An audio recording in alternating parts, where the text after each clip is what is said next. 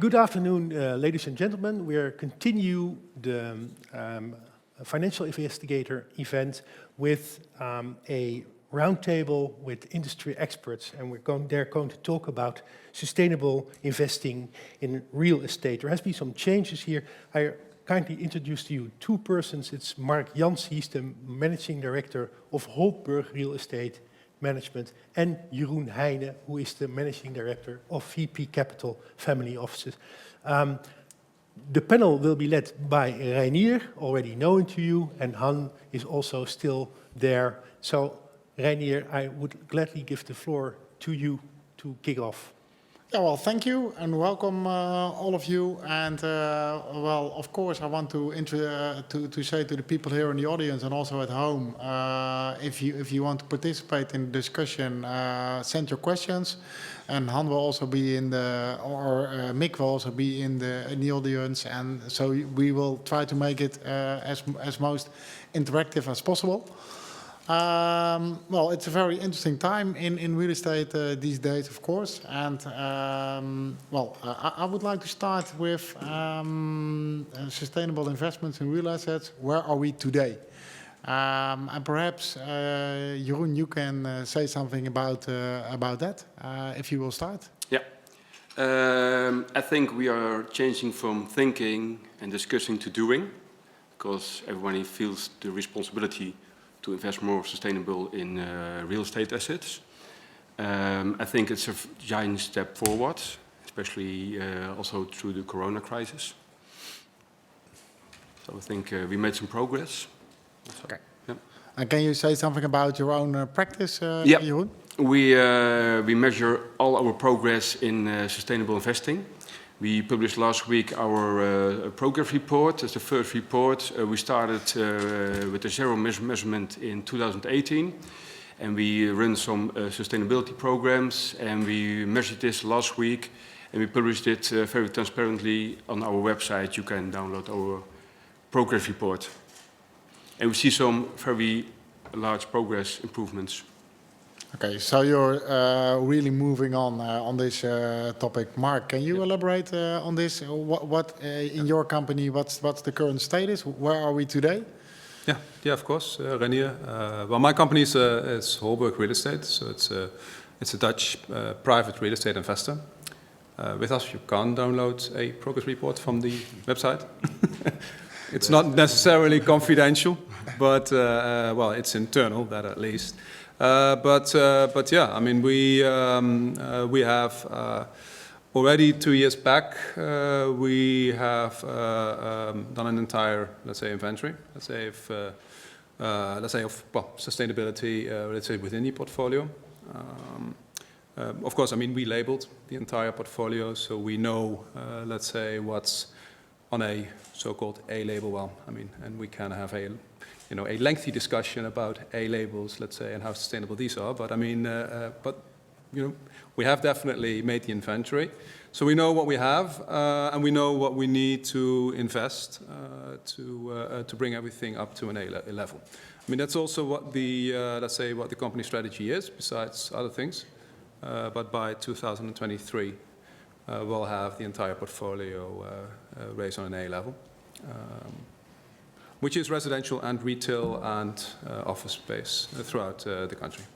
And is that also related to the SDGs, for instance? Did you embrace as a company the SDGs, or can you say something about that as well, Mark? Well, we've not taken it that far as of yet, frankly speaking. So we definitely started, let's say, with sustainability in itself, which really is, let's say, well, basically energy consumption, let's say, of the buildings. We of course also, let's say, to some extent, we rely on, let's say, what tenants do within the portfolio. So I've got a discussion with them as well. And personally, let's say, as far as I'm concerned, we'll definitely take it further to ESGs. But let's say, well, family-owned, private investor. This is something, let's say, for our, let's say, shareholders meetings that we're still having. Yeah. Oh, I'm quite interested as well what will happen in the next years, but we will discuss that later on as well. Han, how's the situation with you? Because you're also advising a lot of family offices. Can you elaborate on that? The discussion from an investment point of view is that, of course, if you want to have a sustainable portfolio, then you also have to look at the real estate side. And I think it even goes a bit further than only looking into the energy discussion, because what you see in now sustainable portfolios is that the discussion is that it's more on the project development, is that they want to have sustainable buildings. So there's a lot of use of maybe wood, so like a circular economy type of thing. And also reuse of existing buildings, because there is concrete used in existing offices, for instance.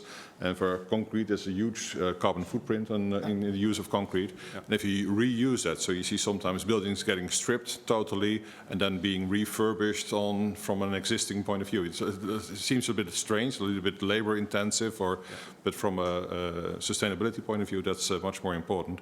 And what you see, of course, is the interesting thing is from a value perspective is that these buildings you can give higher rents because if you have a building that is very low in energy costs, for instance, then the revenue is much higher, and also your capitalization factor is also much better. So if you want to sell it, then it's a much better portfolio, and you rather have a quality fixing of a real estate portfolio and not these type of risky assets. I was wondering, maybe in this time of COVID, is there, you see an impact between sustainable buildings and maybe less sustainable buildings? Is there a difference already, or No. it's too early to say? Maybe. Too early to say. Yeah. Too early to say. There's not necessarily, let's say, a correlation between COVID and sustainable and unsustainable buildings right now. Well, it seems that due to COVID there are too much buildings because too much shopping malls, too much offices. And then if you want to leave or exit a building and maybe you have 3 offices, then you're going to exit the maybe unsustainable building and you're left with the more sustainable building. So there was an oversupply in retail, let's say, already for the past 20 years. So, I mean, so it has been there for a longer time. Yeah. But then again, I mean, in terms of let's say of broadening, let's say the your ambition in ESGs, then you mentioned wood, of course. I mean, cross-laminated timber, so CLT, is one of these that we're definitely investing in. So we are already in our own project developments. We have a number of sites where we actually are planning for new housing apartments in CLT, and that's definitely also with let's say the longer-term perspective on sustainability. But that's quite a step because you see that a lot in these markets. We have here also in Amsterdam nearby one of Hout which is being built currently. So we see that all the time that there is more built in wood, but that's quite a step in my opinion. I think we're just at the beginning. So there will be wooden houses, offices, buildings, bridges. I think there will be use of wood. Will increase next coming years. Okay. Yeah, agreed. And that's for the next 10 years or so, because what we see at the cost side, it basically doesn't really matter. Wood has basically the same cost price as other materials, so that's not a problem at all. And it's more expensive. Yeah, but so far. Yeah, at this time it is, but it will be expected that the price will be the same, of course, the next. But that's what you all see, that there will be more built with wood. Yeah, it's also a matter of market acceptance. I mean, traditionally, real estate markets are sort of, I mean, they're a little bit slow in accepting, let's say, new development and initiative. So you can see, with banks, but also with surveyors, and also with just the market. I mean, market acceptance is somewhat slow. So this is sort of a matter of early adaptation, but it will be there, and it will be there for a very long time. And also the quality of the wood is improving. Yeah. You can use it very long time, 30, 40, 50 years. Is that wood from tropical rainforest? Or? No, no. Yeah, sorry. Absolutely Yeah, not. That's a very good question. No. It's sustainable wood. For example, I don't know if I can mention products, but you have Accoya and Tricoya. Of course. With 30 to 50 years. Yeah. And it's a very controlled supply chain. Yeah, exactly. Yeah, but you then use an old type of chemical substances to pure to the acid hydration. Okay, yeah. So it's not bad for the environment. Then. Yes, very good because it's a closed production. Okay. Well, I think it's very interesting to hear that we all agree on the fact that there will be more be built with wood. Having said that, I think it's good to move on to the next item because, well, first, when we prepared this meeting, it was only for family offices, and we have a lot of family offices in the room today. Perhaps it's good if you can say something about what specific investment criteria are for family offices. And of course, we have both single-family offices and multi-family offices. So perhaps you can elaborate that a little bit, also with concrete examples, how the criteria for family offices differ from institutional investors. I think that's particularly very interesting to hear for the audience. Han, can you say something about that? Well, of course, it is not that every family office is the same, and I can tell what they all do, but you see that there's typically more of looking for a landmark type of building, so they want to know where the bricks are, want to know where the building is. And typically it's not too far away. So if you have normally an institutional portfolio is spread around worldwide, and a lot of these Benelux type of family offices are looking for, well, typically offices are spaces nearby, and it's more to the upper end, you see, so it's more like a trophy, you could almost say, than a real investment sometimes. But we don't have a lot of trophies, of course, here nearby. No, we have a lot of trophies. You have a lot of very high-marked hotels in Amsterdam, of course, and typically they are maybe bought by the Arabs and not Dutch by family offices. But of course, everybody wants to own this type of landmark building, and these landmark buildings have the advantage of being quite liquid in times of distress. So a lot of real estate is not that liquid, and certainly when there's a lot of stress in the market, and when everybody wants to sell their real estate, but then of course you don't want to be at a triple C type of location. But if you have a very top location, then it's much easier to sell. So they like the quality of and that's also where the interest comes from for sustainable type of real estate. And normally family offices have a very long horizon. So they like to keep the building for 10, 15, 20 years. So, yeah, no, that's true. Of course, they're not a hit-and-run investor in that sense. But well, with long horizons, that depends also on how markets develop. If markets are quite turbulent, then everybody has a shorter horizon along the way. But that implies that they are looking for more core real estate, so to speak, with the shiny assets and things like that. On the other hand, I also see family offices who are just more in the value-add space, because a lot of them are entrepreneurial themselves within their business. Is that something you see as well, Jeroen? No, we don't see, because we have a very small focus in the real estate markets. We have just 4 markets where we focus on. That's healthcare real estate, logistics, sustainable buildings, and our core focus is the healthcare real estate. Can you say something about that related to investment criteria? Because, well, there is a strategy behind. Long-term horizon also, the long tenancies, quality, very good tenants, that kind of things. And very new buildings. We like to buy new buildings. And then with an energy level A, we looked at the tenants, and we look at the ESG governance. For example, is there BREEAM or WELL certificate, that kind of things. Okay. So we want to have the maybe circular or very sustainable buildings. And your focus is also only in the Netherlands or worldwide? No, Netherlands, small part of Germany and Belgium. Okay, so that's also nearby. Yeah. Okay.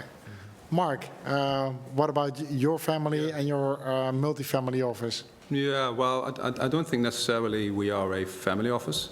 Okay. Family and friends, maybe. FFO. Yeah. But I mean, we invest only in real estate. I mean, so we don't have any other asset classes or something that we invest in. And in real estate, I mean that's typically within the portfolio that we have. I mean, there is obviously a backbone, which is long-term leases, income generating, pretty boring stuff. Doesn't necessarily need to be a trophy building. I mean, supermarkets, residential, which we really, I mean, we've held already in cases for 30 or 40 years. So that's one. And then secondly, we do our own project developments. I mean, because only, let's say with those type of leases, with that side of investment, we basically don't meet our own, let's say, investment targets, and that's a financial target. So we do have our own development schemes that we do. And then, in given locations, we are maybe sometimes a little bit stubborn, if that's the correct word. So we do also invest in difficult assets, difficult locations sometimes, so secondary locations where we feel, with mixed use, we can add value. And that usually works. Sometimes it doesn't. Okay, well, then you take a hit if it happens. But with, let's say, with a decent backbone, you can. So that's basically built to core strategy then? Yeah. Okay. Yeah, well, and something also, well, sometimes not even to core. I mean, then really it is, let's say, I mean, for example, something that was a high street retail location, now it's secondary, so you need to go for mixed use, so that you do, and then you can sell it off again. I mean, so it's not necessarily something you want to add to your core portfolio, but it's something that you invest in for 2, 3, 4, 5 years, and you sell it off again, and then basically just for the returns you can. So basically then it's buy, fix, sell? Yeah.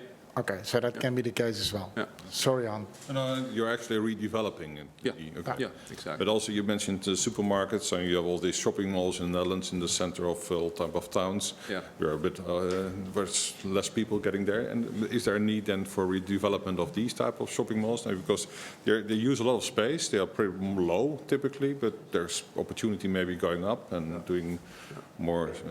Well, I mean, okay, but we ourselves are not necessarily fans of shopping malls in itself. I mean, typically, let's say Dutch retail is inner city, so it's let's say it's grote straat, Yeah. and it's your high street, let's say, with your supermarkets and your groceries. And that, I mean, that in itself, I mean, it's over the past 20 or 30 years. Project developers, investors, and local authorities have just expanded, let's say, the shopping areas way too far. Yeah. So now it's it's becoming more compact, you condense again, and if you invest in in these type of locations, especially in the current time frame, say with pretty reasonable lease prices, reasonable yields. Then it's something that we feel, unless, let's say, these inner cities really, become entirely vacant, but then, then they're dead. No. We don't believe that will happen. No. So it's actually a pretty interesting time to invest in retail. Well, I think not only in retail, perhaps we can bridge to the COVID-19 crisis. Is there anyone of your clients, of yourself, who is invested these days in, for instance, hotels? To mention an asset category. No hotels, no. No. Because there can be opportunities within hotels, but that's not. Yeah, distressed hotels, yeah. No. So no hotels for you? Problems with hotels are usually the type of contracts that are on there. Yeah. I mean, so what you want is, with a hotel, you want a decent tenant in there. So you want a comfortable covenant, lease covenant, and you want trip on net leases for a very long time. Well, this is very hard to find. I know. Right now, so yeah. But having said that, are there any opportunities in your view within this crisis? Well, it could be in airports, because airports is also real estate, and typically there are very long. Isn't that more infrastructure? But this could be infrastructure, but it's a real estate. It's also real estate. building, and it's Real something. asset, Yeah, it's yeah. a real asset. Yeah. And it could be interesting because the long-term projection on airports is not that bad, but the short-term, maybe next 2 to 3 years, could be quite distressed. Maybe if somebody extrapolates that to the future, then it could be giving a good price. So it's a good moment to be at the buy side. Well, there are not a lot of airports there around there. There are some listed stocks you can buy, maybe Yeah. that are in airports, but Maastricht-Aachen Airport is Yeah. for sale. yeah, who knows? Yeah. But how do you evaluate it? Well, they typically have very long leases, so airports. But of course, you have to make assumption about what the future will bring and how much growth there will be. But if you want to take what's COVID-19 impacted, that could be the case. Are there other opportunities, perhaps from the audience or from the viewers at home, if they think there are any opportunities in real estate, You mentioned the logistics, Yeah. that because, well, you see that there's more online, and then of course the need for logistics is a trend that's already ongoing, and that probably will go on further for the next couple of years. Yeah. And that's especially the mid-market from 5,000 to 40,000 square meters. That's very interesting because it's too small for the institutionals Yeah. and it's too large for individuals. So that's a very interesting segment of the logistics. How much square meters was that? 5,000 to 40,000 square meters. And that's mid-market. Yeah, that's Okay. how it is. And what about the last mile delivery, especially in these days? Absolutely. Yeah? Yeah. I think that's the next step also. Okay. Because there you make the money or there you lose your money. Yeah. That's the mid-market for the last mile, is that not? No, that's last small. mile. It's much smaller. Yeah. Yeah. Well, Jeroen, you touched base on a very interesting topic as well, because you were mentioning the valuation. Well, I think these days that's a very hot item as well, also compared to COVID. I'm interested. Do you see any changes with valuation or with banks or No, not whatever? at the moment. No? Because there are hardly no transactions. So they can't compare it. Okay. So, and still, maybe you see the different or? Yeah, I mean, usually, let's say when they don't know, the valuations go down. So, so just to be on the safe side. But you see, of course, they stick their head in the sand. There's some extend and pretend type of things. And if you look at the markets and you look at real estate, that maybe has gone maybe down 60, 70%. But if you have to finance a real estate something, then of course you pretend that still has the value it has before, so you don't have to take a hit. Maybe that's a. But if still you collect your rental income, it's at a normal level. So make Question from online, an online question, and shall I raise it? Yeah, of course. Is climate risk a real risk for real estate?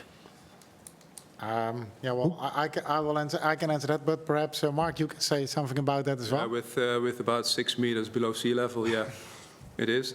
Right here. Well, Maybe you can elaborate a little bit on that one. I can try to do that, Yeah, please. Mick, because you see all the huge real estate funds, both listed and non-listed. They have heat stress maps and other water stress maps, especially what Mark was saying. So they know for all their portfolios already, well, they know the risk. And that's the first step. And then they try to mitigate those risks as well.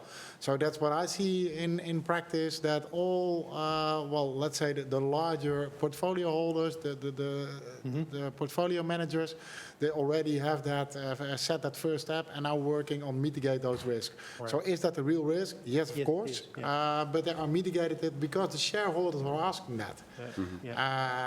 And we will see, my expectation is that in next years we will see that even more, also for smaller owners. And I think it will also be part of valuation and also for financing.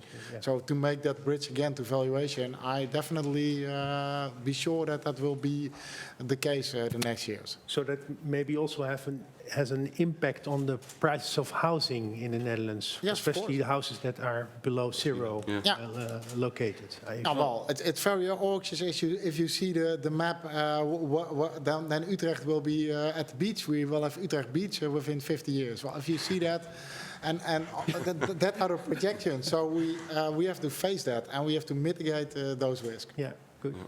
But do you see that already reflected in prices then? No, it's not. Not No, because no, Not with the shortage, No. let's say. This is discussed in the past because the housing. pension funds have invested a large amount in mortgages, Dutch mortgages. Yeah. And of course, half of these mortgages are below sea level. Yeah. So, Good question, yeah. is that not a risk that you? Is that a risk you want to take, given that concentrated position? But you don't see it in prices, I think. No, not at the moment. And that no. will not be for the foreseeable future, hopefully. Or? Well, I sincerely hope not for the next 40 or 50 years. Okay. I live in Dordrecht. So It will be Dordrecht Beach as well, Mark. Yeah.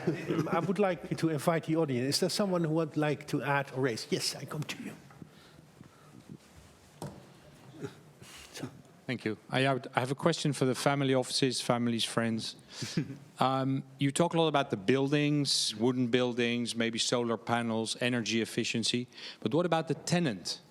If you had a fantastic logistics center made of wood, solar panels, everything, but you could rent it out to a cigarette distribution company. I mean, I'm interested to hear your views also on the tenant. You spoke, Jeroen, about health care real estate. Yeah. Apparently that's a category for you. But how narrow or broad do you define that? We do a tenancy risk profile. So we look, is there some exposure on negative industries? Is that so? Then it's not the tenant for us. So we look especially to the tenant also. Yeah. yeah. Yeah, same for us also. I mean, we do have retail also on high streets, high street retail. And definitely, I mean, and you know, when we sign up leases, we usually prefer 10 or 20 or 30 or 40 years. I mean, usually we get 5 + 5. But then still, we take very much into consideration, let's say, the